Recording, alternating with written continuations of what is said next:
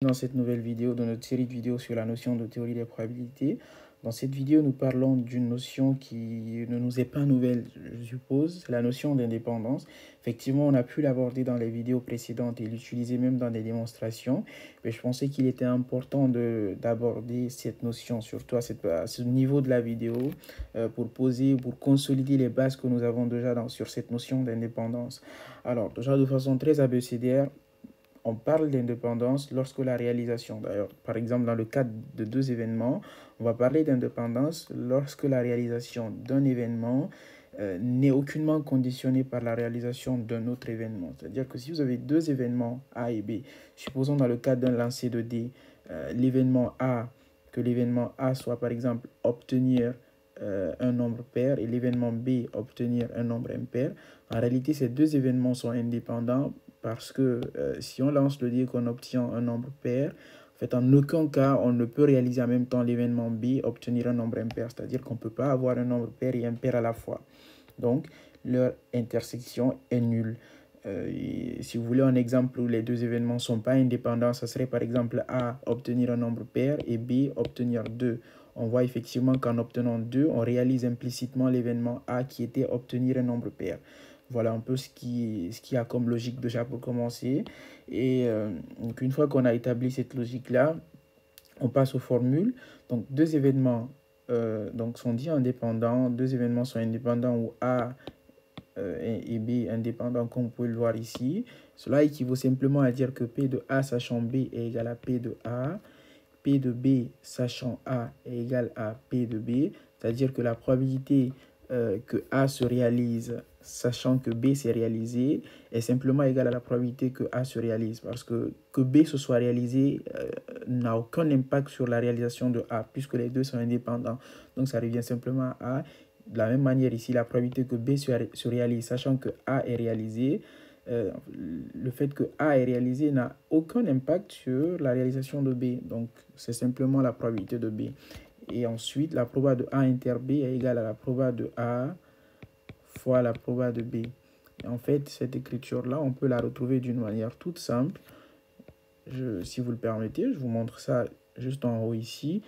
Vous avez en fait dans la formule des probas conditionnelle avec la formule de Bayes, on avait dit que la probabilité de A sachant B, déjà, on sait que si les deux événements sont indépendants, ça veut dire que ça revient à la probabilité de A, mais aussi la formule de Bayes nous apprenait que c'est égal à la probabilité de A inter B sur la probabilité de B. Et donc, dans le cas d'une indépendance où cette écriture-là est égale à ça, et aussi avec la formule de Bayes égale à ça, on peut simplement ici tirer ceci. Donc, on aura probabilité de A inter B sera donc égal au produit. Vous voyez? Donc, ça sera égal à P de A fois P de B. Vous voyez? Voilà donc pourquoi on écrit ceci. Bien. Deuxième point de notre vidéo, ce sera deux variables aléatoires indépendantes. Donc, on dira X et Y, deux variables aléatoires sont indépendantes. Ou voilà, toujours X indépendant, X, Y indépendant. Cela doit équivaloir à dire que P de X égale à petit x sachant grand Y égale à petit y. Cela, en fait, cette formule-là simplement revient à probabilité de x égale à petit x. C'est-à-dire que la probabilité que la variable aléatoire prenne la valeur x, sachant que la variable aléatoire y a pris la valeur petit y, est simplement égale à la probabilité que cette variable aléatoire x prenne la valeur x. Parce qu'en réalité, ceci n'a aucun impact sur la réalisation de ce que vous avez ici. Donc, ça revient simplement à ça. Même chose ici, ça revient à ce que vous avez là. Donc, ça revient à la probabilité que y soit égal à petit y. Et ici, à l'image de ce qu'on a pu établir ici, vous pouvez retrouver donc cette écriture aussi en démontrant. C'est simplement probabilité de grand x égale à petit x fois probabilité de grand y égale à petit y. Vous voyez? Et donc, une proposition, ce serait de dire que si x et y, deux variables aléatoires, sont indépendantes, alors l'espérance de leur produit est simplement égale au produit des espérances.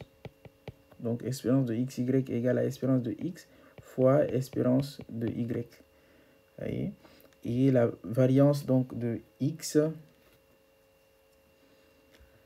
plus y sera égale aussi à la variance de x plus variance de y.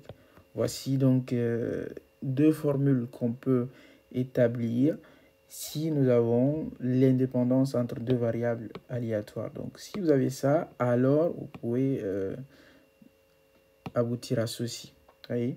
Donc au final, juste un élément à souligner, on serait tenté de dire aussi à quoi est égale l'espérance de la somme. L'espérance de la somme est égale à la somme des espérances dans tous les cas.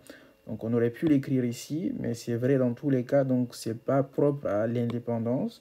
Voilà, donc retenez que d'ailleurs ça s'appelle la linéarité, on a pu l'apporter dans les vidéos précédentes. C'est vrai dans tous les cas. Et voilà. Voilà tout ce qu'on pouvait dire sur la notion d'indépendance, en tout cas, tout ce que je trouvais intéressant à aborder avec vous. J'espère que cette vidéo vous aura plu. Si vous avez des questions, n'hésitez pas dans les commentaires à me les poser et je vous retrouve dans la prochaine vidéo. Merci bien.